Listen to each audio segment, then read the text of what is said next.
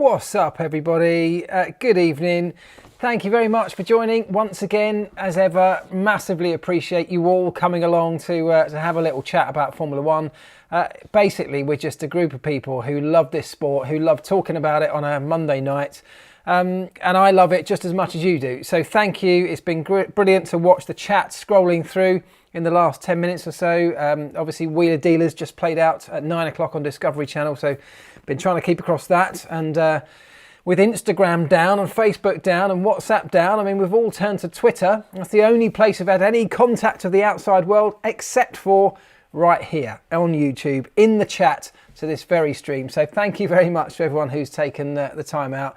No race, of course, this weekend, but we've got the Turkish Grand Prix coming up, so we're definitely going to talk about that, talk about who's going to be looking good, who's looking favourites, but also I want to kind of reflect. We're going into the last third of the season now with the title race, I mean, just 2 points apart. I mean, unbelievably close. It could go either way, and I don't think anybody can really predict which direction it's going to go, but I thought we'd reflect on some of the big moments, reflect on how it's gone so far, the big controversies on and off track perhaps, and obviously anything else you want to talk about, we'll get into all of that, probably rounding it up with a look at how we are at this stage of the championship and how we think it might be looking. Who has got the perhaps best opportunities? Has Max Verstappen kind of getting away with that engine penalty last week? Has that really put him in a driving seat, so to speak, given that Lewis will probably have to take one at some point further down the line? So we'll cover all those things and anything else you want to talk about. So thank you very much. Hello to you all from all around the world as ever. Thank you. Yes, I'm still reporting from the dungeon, says Midhun Hari Kumar. Yes, the build is still very much underway and will be for another few months yet. So this is where we'll be coming from for the next period. But yes, hello to you all. Where shall we start? Shall we start by taking a little look at the head at the Turkish Grand Prix? Because first of all, I love the fact that the Turkish Grand Prix is back. I think it's an amazing racetrack. This time around it comes packed full of fans, which was something that was of course missing last time out.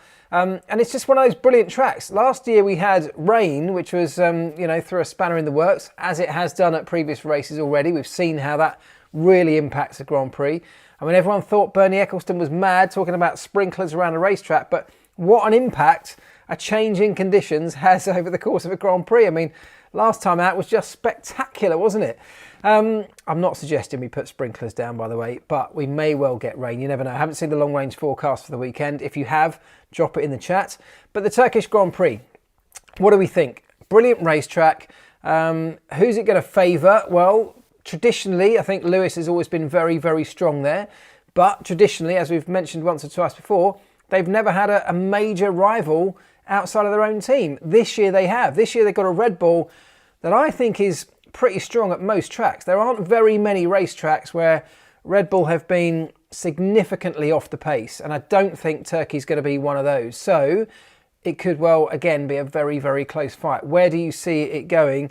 Yes, it's been a cracker of a season. Pablo 99, probably the best season I can remember, certainly in recent history. I mean, we had some brilliant ones during my time in the sport when I was working at Mclaren, 2007, 2008, all brilliant seasons.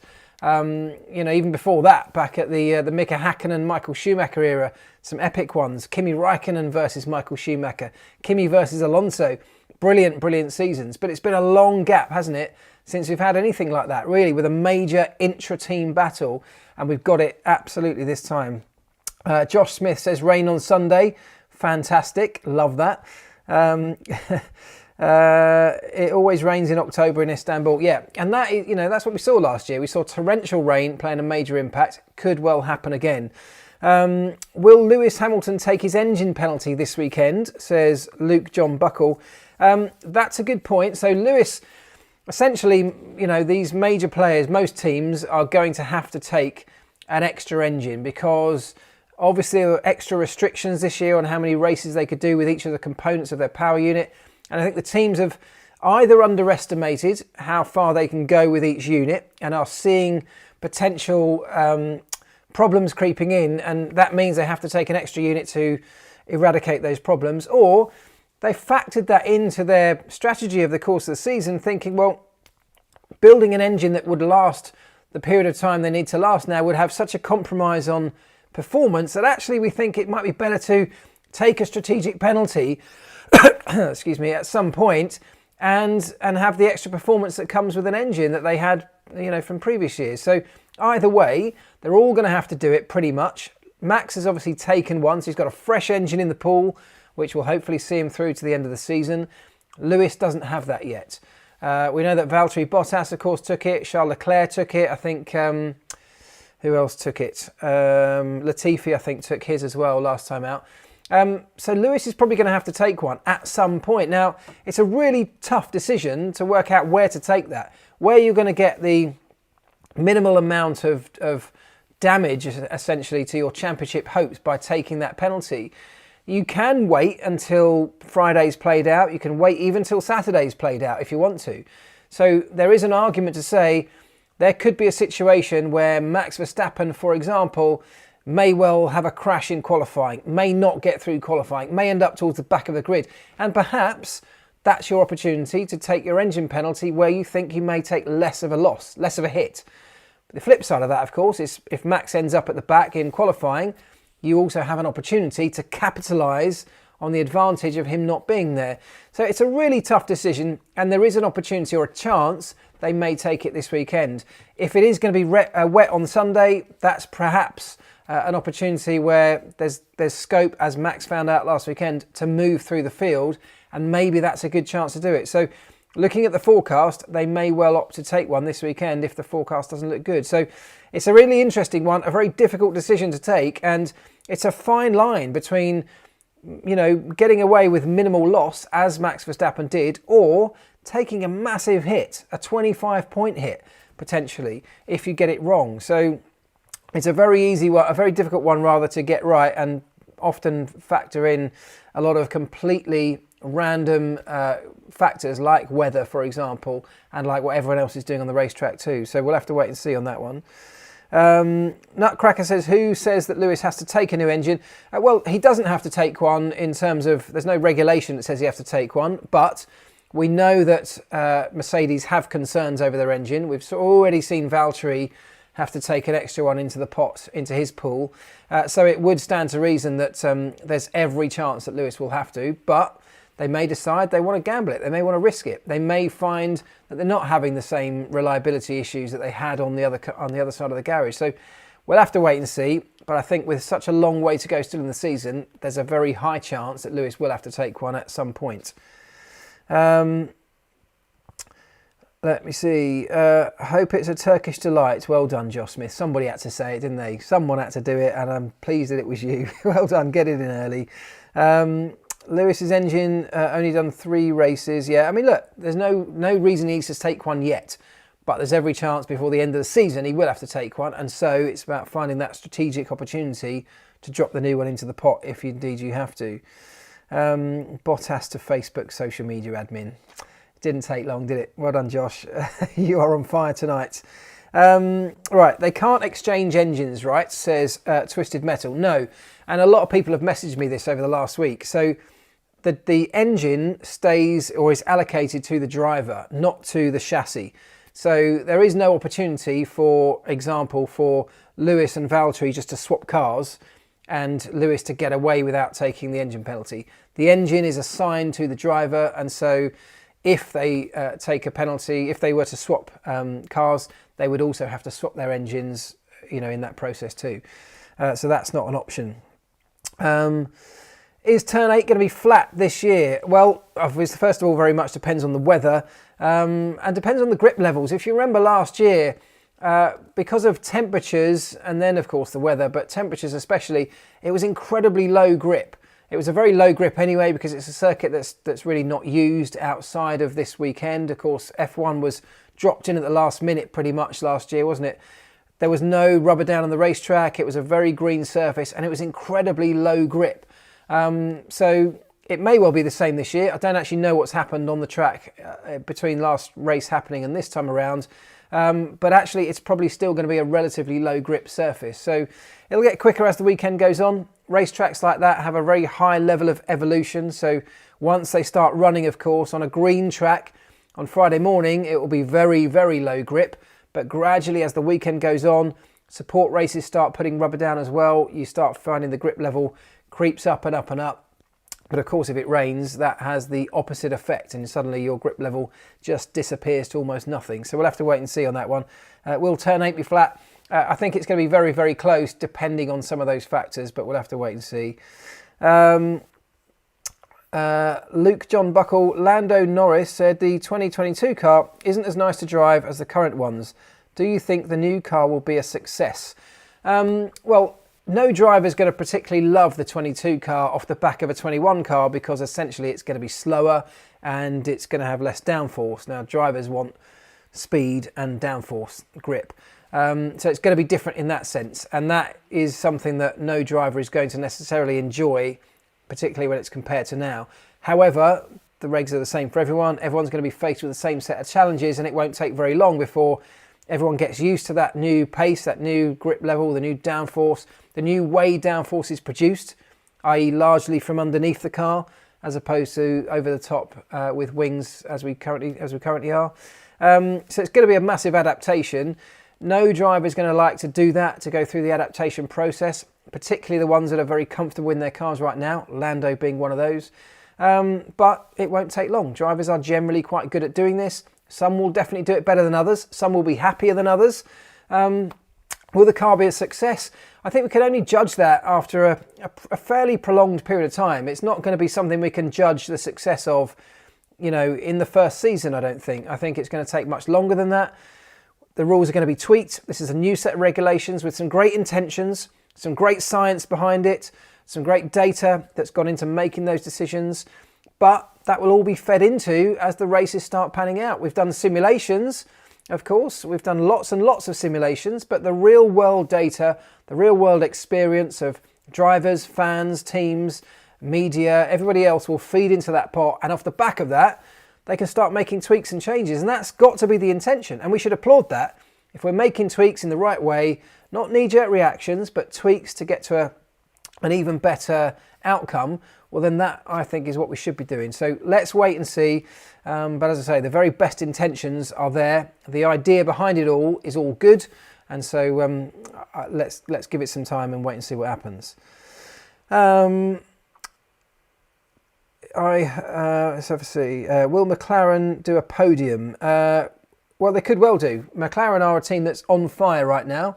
And as I've mentioned, I think last week, it's not just that they have found a sweet spot with their car. Of course, that's a huge thing. They seem to have at most racetracks.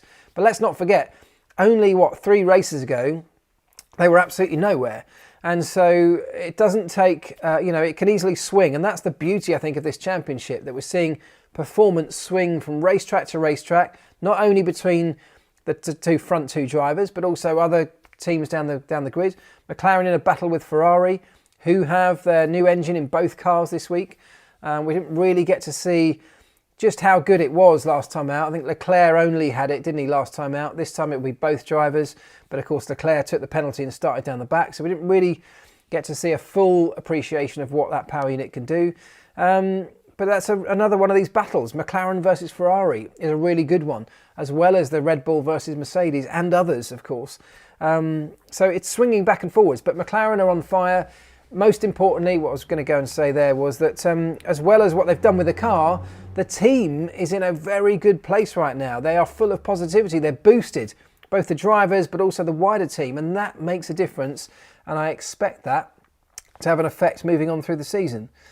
So great to see Williams up there as well. Absolutely. Williams, I didn't realise today, but Williams have outscored Aston Martin over the last few races by a huge amount.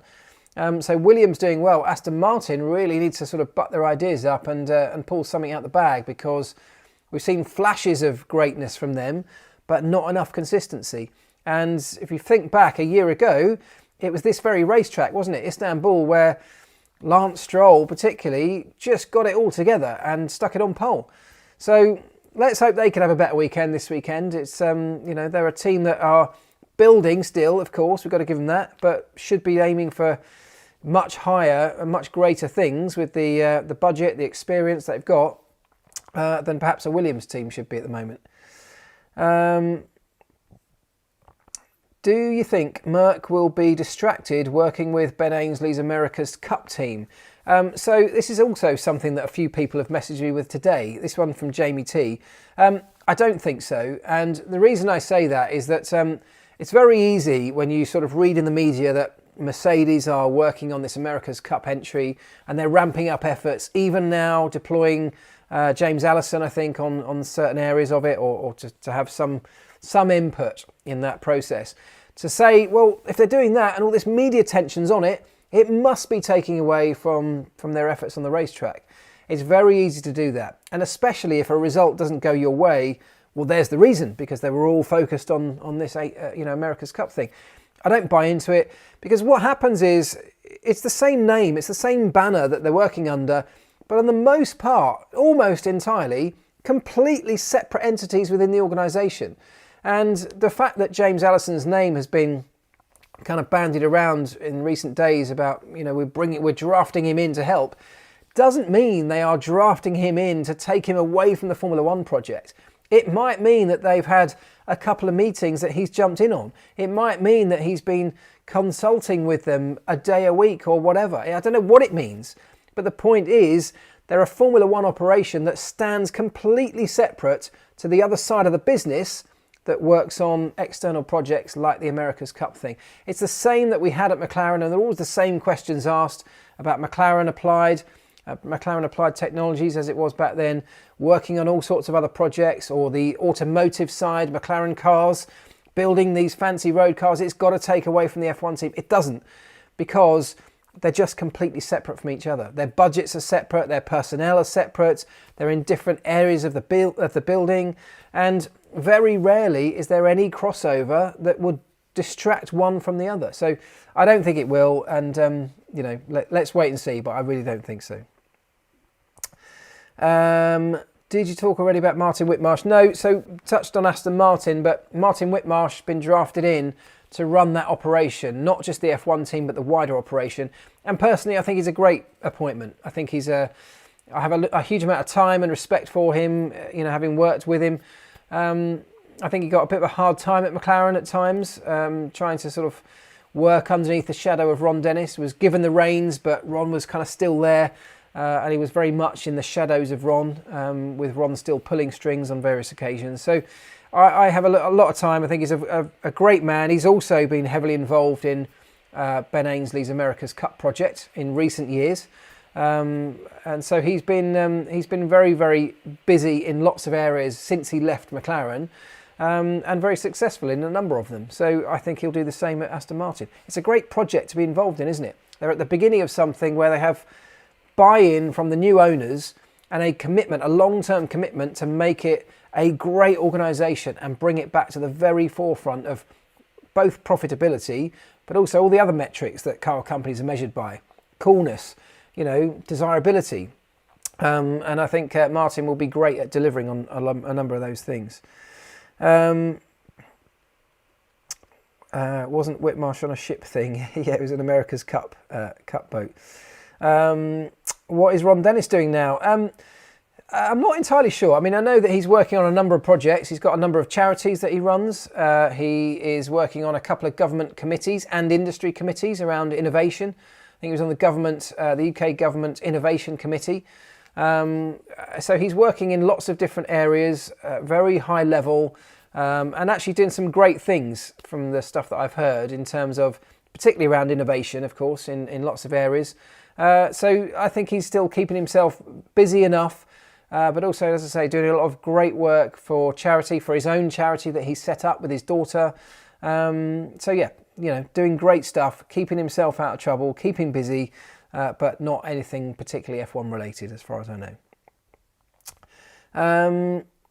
Porsche and Audi engine thoughts. Let's talk about that, because that's obviously been in the news, hasn't it? There's a lot of talk around the next generation of power units for F1.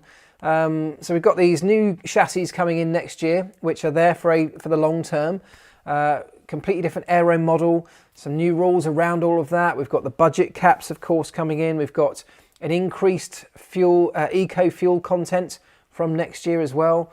There's a number of changes for next year to the way Formula One operates and runs, but the engines as it stands, stay the same in terms of regulations as they are today until at least 2025.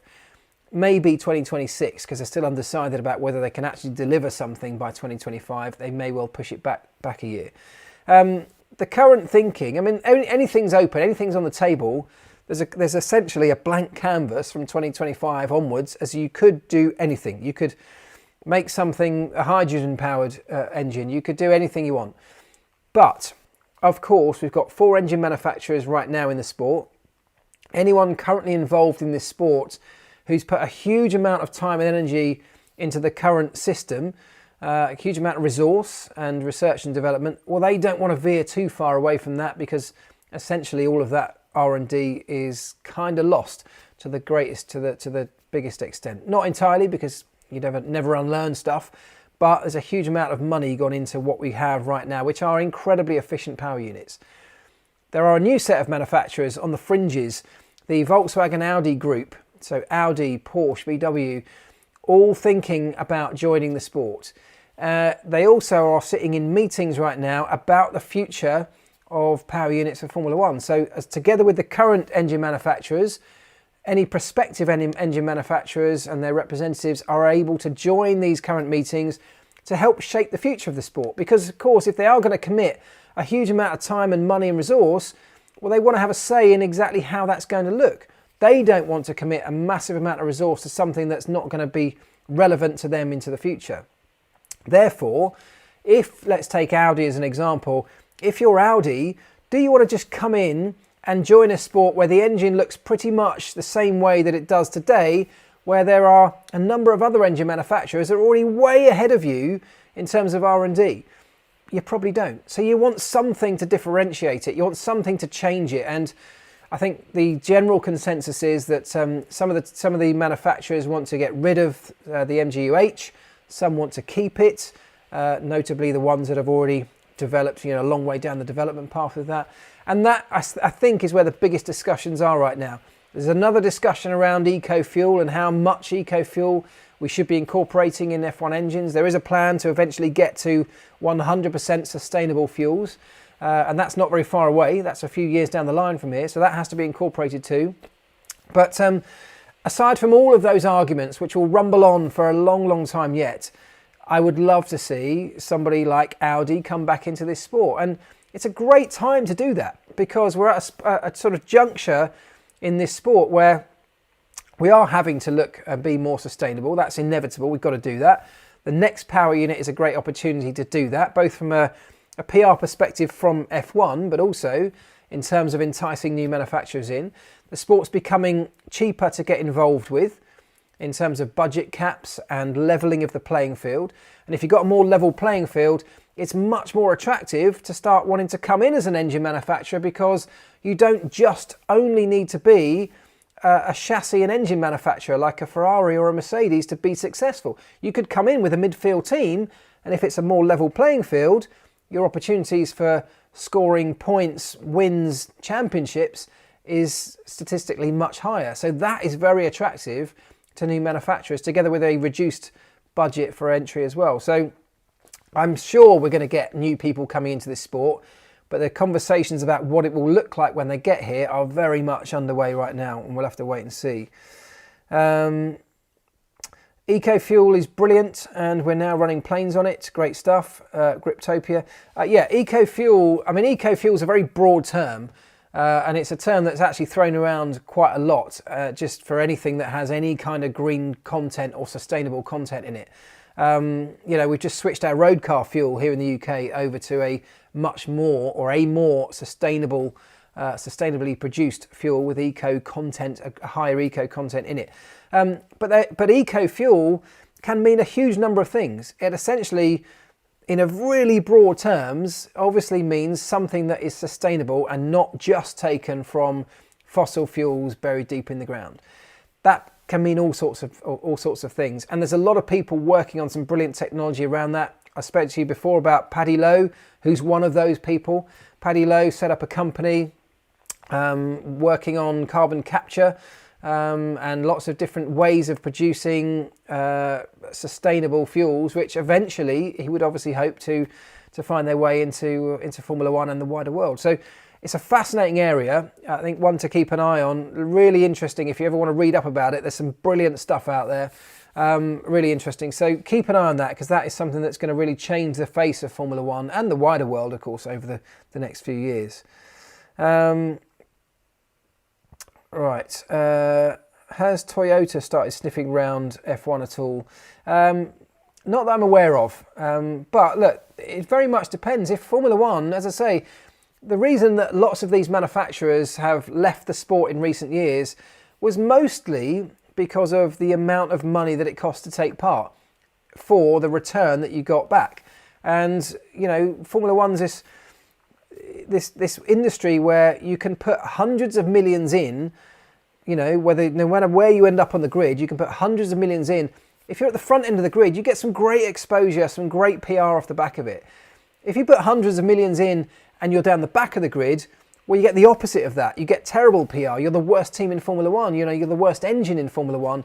And you may well still have spent hundreds of millions for the privilege of having that terrible PR. So it's made very little sense other than to a few people in the past.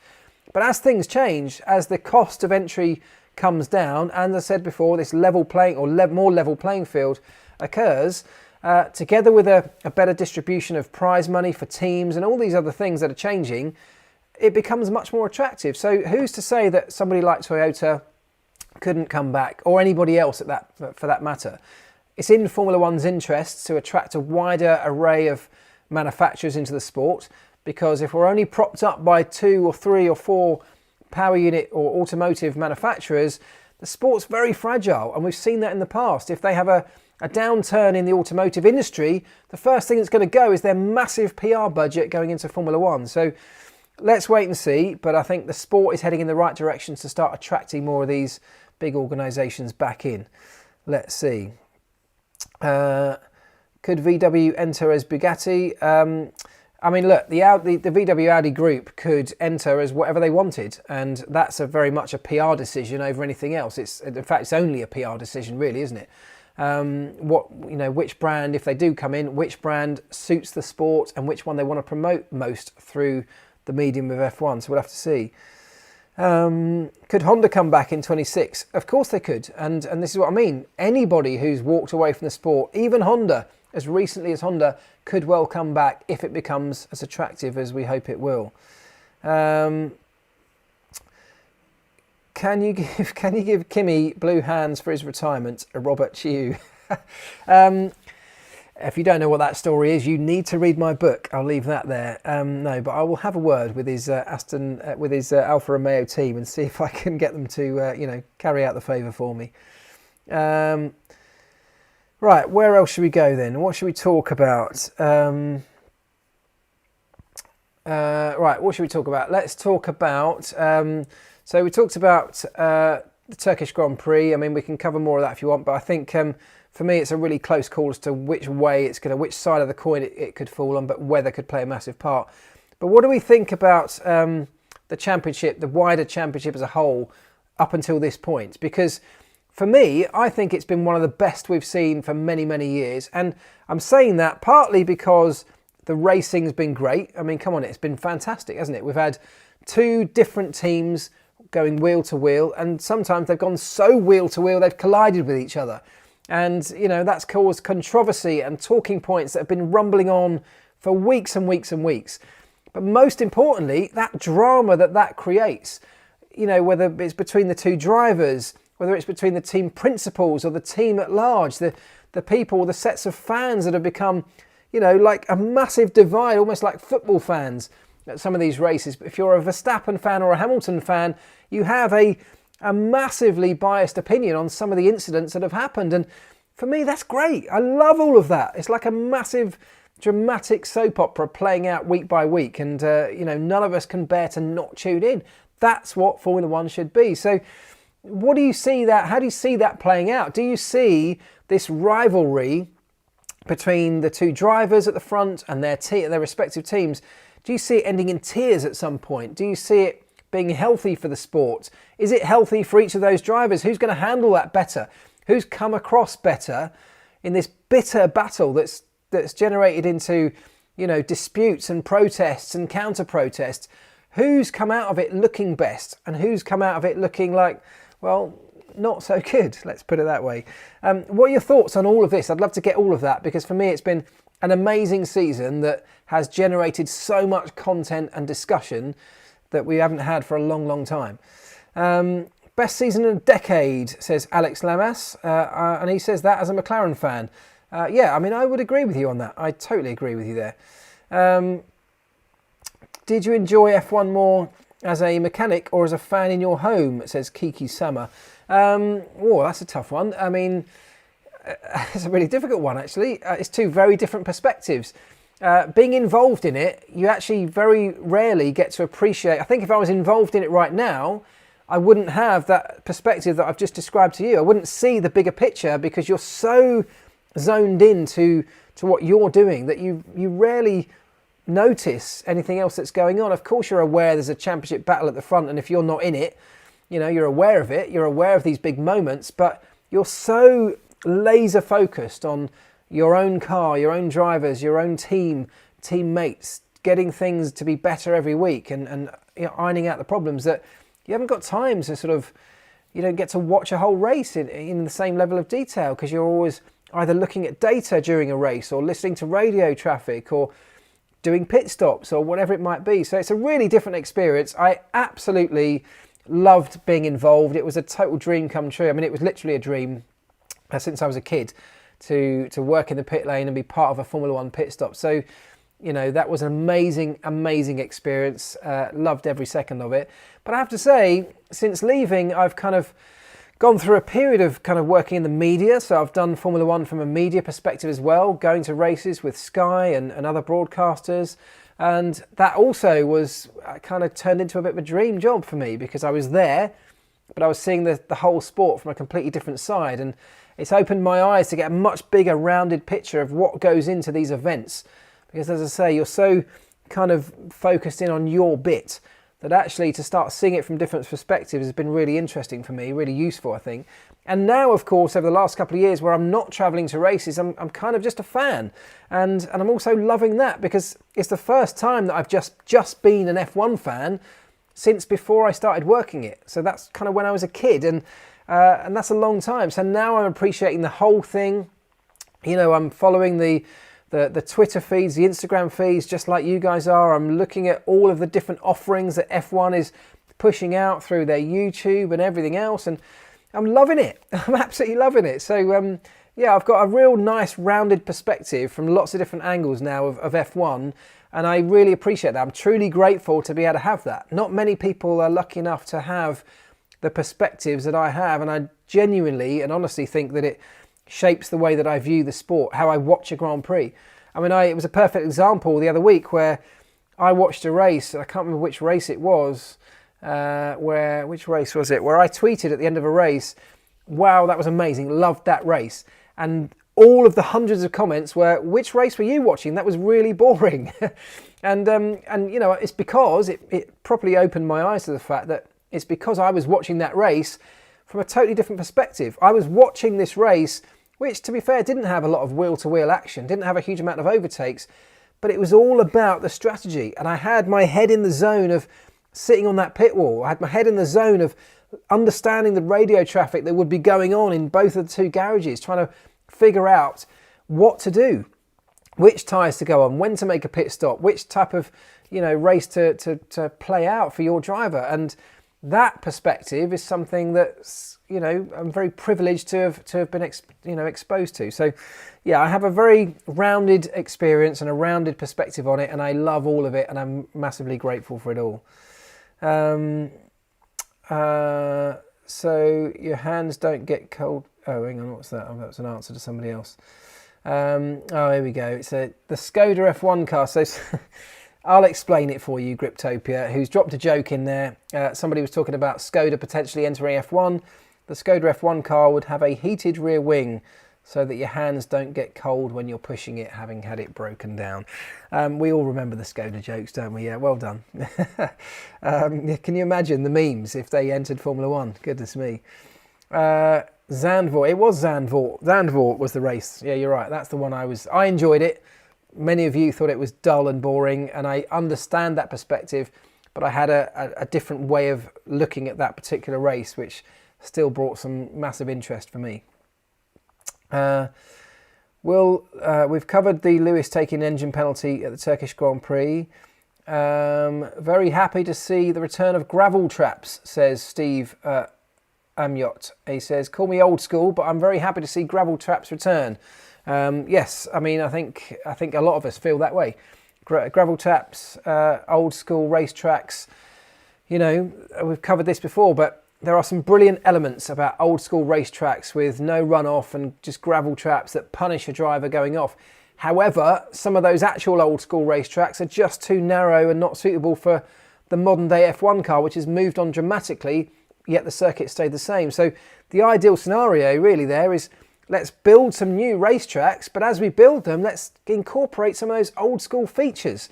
And it surely can't be too hard to do. So it frustrates the hell out of me when we get a brand new racetrack, you know, the likes of Abu Dhabi, for example, which is spectacular to be there. You know, when you go there to the event, it's amazing. It's an amazing place. The atmosphere is incredible. The events and the facilities are all amazing. But that's a tiny percentage of F1 fans that we're catering for there. That's by far the majority of them are watching through TV screens, and they're not interested in a fancy building or air-conditioned garages. They want great racing on the track, and unfortunately they haven't delivered that on the most part, have they? And on that subject then, opinions on Qatar. Yes, we should talk about that, shouldn't we? Qatar added to the end of this season. I can tell you that most people in F1, although they've known for quite some time now, are bitterly disappointed because that is yet another triple header thrown onto the end of the season. The one saving grace is that the UK have just changed from today their quarantine laws, because there was a point when this was being discussed where the travel restrictions, pandemic travel restrictions, would have meant that the teams would have not been able to come back to the UK in between races at the end of the season. And I think it might be Brazil, but I might have got that wrong, from Brazil, and would have had to stay out essentially and go straight on to the last 3 races in a triple header, making the entire trip something like 6 weeks, which, I mean, is bad enough anyway, when, you know, that's a long time to be away from home, but tagged on to the end of a long season anyway, that's a huge amount of time away. And it's not just, you know, I've talked about this before, I don't want to bang on and say, we're all hard done by. People who work in F1 are so hard done by. It's not that they're not living an amazing life, you know, well looked after, well paid, living dream jobs for most of them. That's all great, and I had all of that. But there's still a side to that, no matter how much you pay somebody or what sort of hotel you put them in or whether you fly them on a private jet. There's still a side, we're all human, and being detached from the people you love, whether it's your friends or your family, still has to take a toll on that. And no amount of money can really overcome that for a long period of time. So that's just human nature. And it was getting to that point, and it has got to that point, where the teams are really being pushed to the limits. They're not just moaning, they're not just harping on with a sob story. They are being pushed to the limits, the human limits that people can take. And, you know, the F1 is asking a huge amount of them. And in all honesty, we should be grateful for them for making those sacrifices, because without it, we don't get the races that we're all enjoying. So that's my take on that. I think it's one of those things that, you know, we've really got to respect the teams, because they are being pushed through a lot. They're going to races a day earlier than they normally would anyway, even just on a single race, just to go through the testing, the COVID testing process. And they're not being allowed out of hotels in the most part. And so every evening when they get back from a long day at work, they're kind of either confined to rooms or mostly confined to hotels now.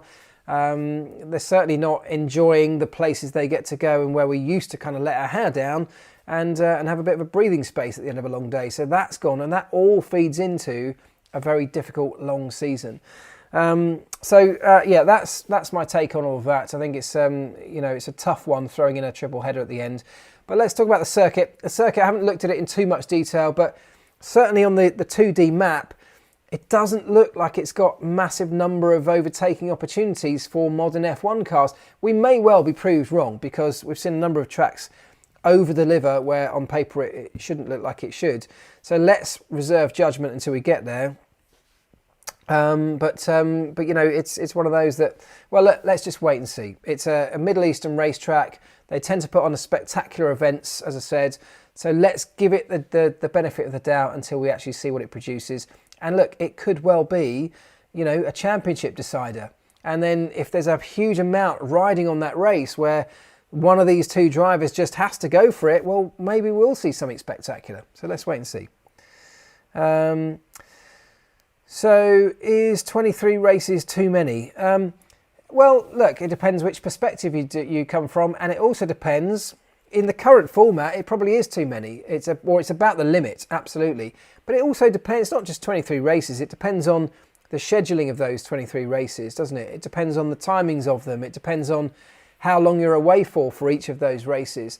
It depends whether you're getting home to see family in between and whether you're getting some kind of break. And it depends on your experience when you're there. Are you kind of able to roam around and explore and have some kind of respite from the intenseness of Formula One, or are you always in that zone because hotels are kind of restricting movements and stuff? So there's a lot to factor in. We could easily do 23 races.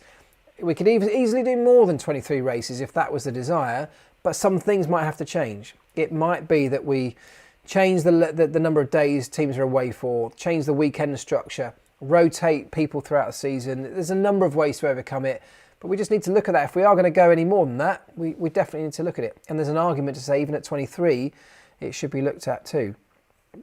I would love to see someone do a lap on a simulator to get a rough idea what it would be like. You'll see that very soon. That will be coming. The teams are sort of F1 are working on that already, and the teams, of course, also. But they will release a simulated circuit map, I'm sure, pretty soon, and you'll start to get an idea of an F1 car going around that racetrack. So keep an eye out for that.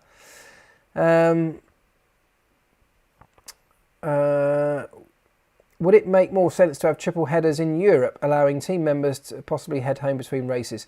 I mean, yeah, but it's you know, geographically, we've got a race now in Bahrain, we've got a race in Abu Dhabi, and now we've got one in Qatar. Geographically, you know, it would make some sense to group those together. From a promoter's point of view, they don't want that, because if you've got three races very close to each other, the chances are that there's no way that locals from those Emirates are going to go to all of them. They might choose one. Whereas if they're spaced out at either ends of the season or spaced apart a bit, they've got much more chance of bringing in more of a crowd to each of those three races. So that's the constant dilemma. On paper, it's really obvious, isn't it? You'd go to each of those three races, 3 weekends apart. It's one trip to the same locality. You get it done. The freight doesn't have to be zipping around the world for those three. And then you move on to the next clump. But it's not quite that straightforward because of the promotion and selling tickets. Will 7 sprint races next year be too many? So interesting about this. So more sprint races happening next year.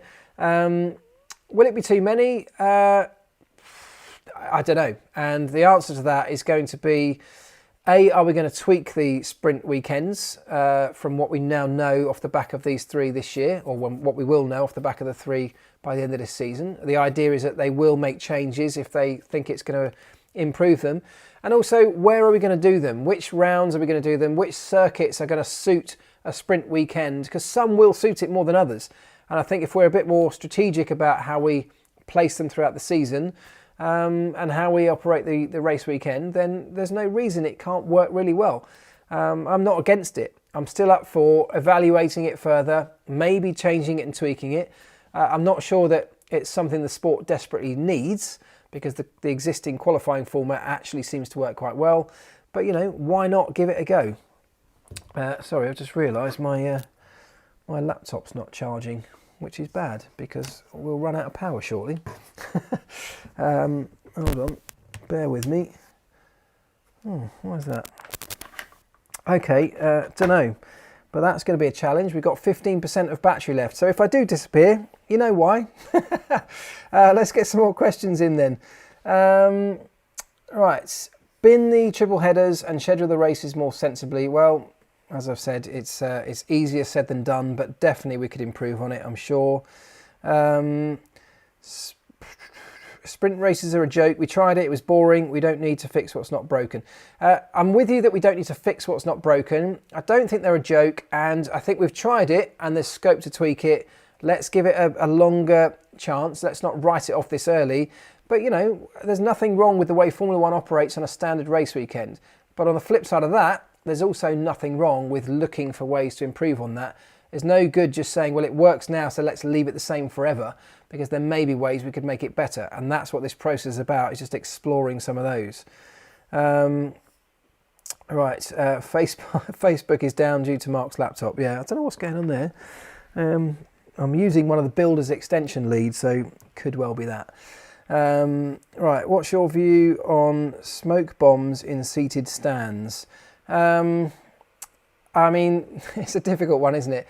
Because at Zandvoort, we had this incredible atmosphere, and the smoke bombs and the banners and everything that went around that. I love it. I love it. It created an amazing party atmosphere, together with the music and all of that. But there's obviously an element that if those smoke bombs find their way down to the side of the racetrack, I mean, you've got some very obvious hazards. And so we can't allow that to happen. If the wind's blowing in the wrong direction, a smoke bomb ends up next to the track, you've got you'll be into a kind of red flag or safety car situation. We can't allow that to happen. So it's got to be managed. And, maybe the answer is unfortunately to have them banned. But definitely don't want to be a party pooper. But we've got to find a way to do it safely if we are going to allow it.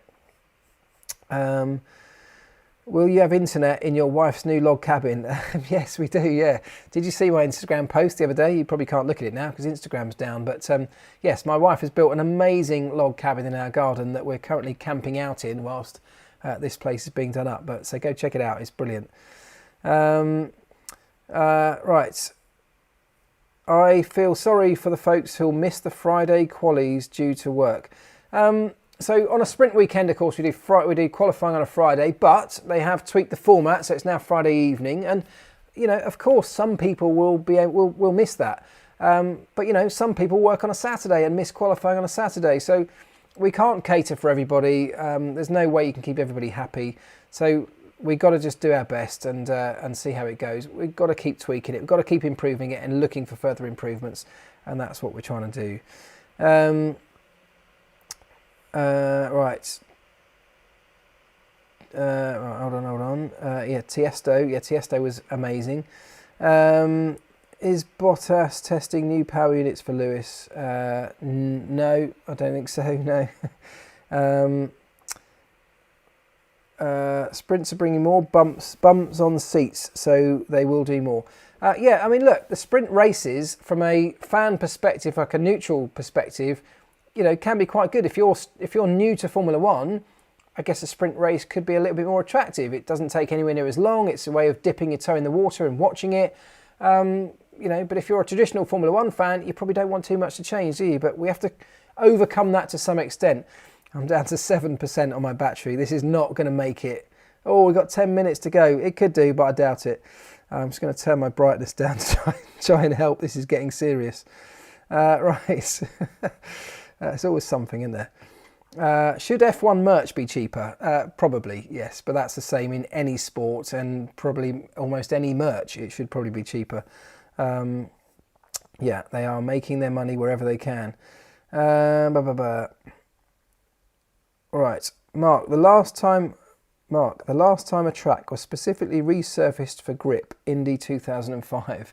Yeah, we'll have to see. They've obviously gone through a process at Turkey, haven't they, to try and generate more grip. I don't know if it's going to work. I mean, the theory behind it is kind of good. They've used water blasting technique to try and increase the abrasiveness, I guess.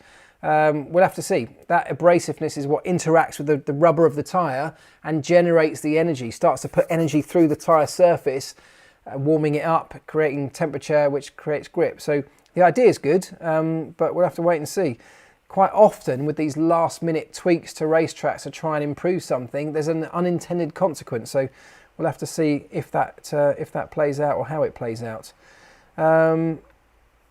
This is the ultimate sprint race, Marc's laptop. Yeah, we are on 6%, folks. I mean, it's exciting, isn't it? What's going to happen? Well, I'll tell you what's probably going to happen. It's going to go to black in a minute, but there you go. It's like Mission Impossible. Do you miss being an F1 mechanic? I miss lots of elements of it in terms of being part of an incredible team, being surrounded by some of the best minds in that industry. That's what F1 is. You put yourself into a world where everybody's amazing. Everyone's brilliant at what they do. Everyone's the best. That's an incredible environment to operate in because it raises you to a new level as well. You start learning off people, you start feeding off people, people start feeding off you. That's an incredible environment to operate in, and I'm very grateful to have had that. There's also massive camaraderie. We have a great laugh. I've seen the world, of course, from many angles. The thing I miss most of all is being part of a pit stop because that adrenaline rush is irreplaceable. It's an amazing couple of seconds, 3 or 4 seconds as it was for us. Amazing moment where you're sat so close to the car with the engine screaming and bouncing off the rev limiter, the heat emanating off the brakes, the noise vibrating and shaking you to pieces. That experience is unbelievable, and I will always miss that. However, I've got family. I don't miss being on the road for my whole life. I enjoy the experience I have now of watching from afar, watching with my kids, being around the family and having to, being able to do a lot of other things. Of course, having left F1 has led on to a number of other kind of this TV world that I'm now entrenched in, which is also amazing. So I can't miss it too much. It was a brilliant moment of my life, which I dreamt of for many years, worked very hard to get there. Hugely grateful to have had that. But now I'm also really grateful to be moving on and doing other things too.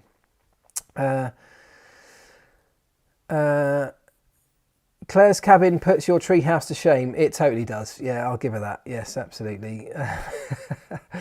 Right, yes, hit the like button. Thank you. Really appreciate that. 9 minutes to go and we are on 5%, folks. It's ticking down. Is the extension lead plugged in? Yes, it is. Come on. My light is also plugged into the same extension, but I've only got 2 sockets and yeah, unfortunately, I think the one that the laptop's plugged into isn't working. Anyway, it's a race against time. You need to leave 1% in your battery for the FIA to take an electron sample. Very good. Do you think F1 will have issues with COTA like MotoGP did? Don't know. Not sure. I really don't know, I'm afraid, on that one. Don't know enough about what MotoGP had trouble with, I'm afraid.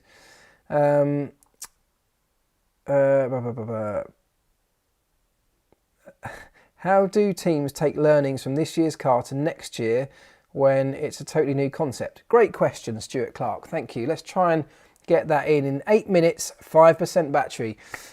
So what can teams take from this year to apply to next year's car? So the aero concept is very different. However, so essentially, for those who don't know, the idea is we're going to have a much more of the aero being produced from underneath the car than from on top of the car.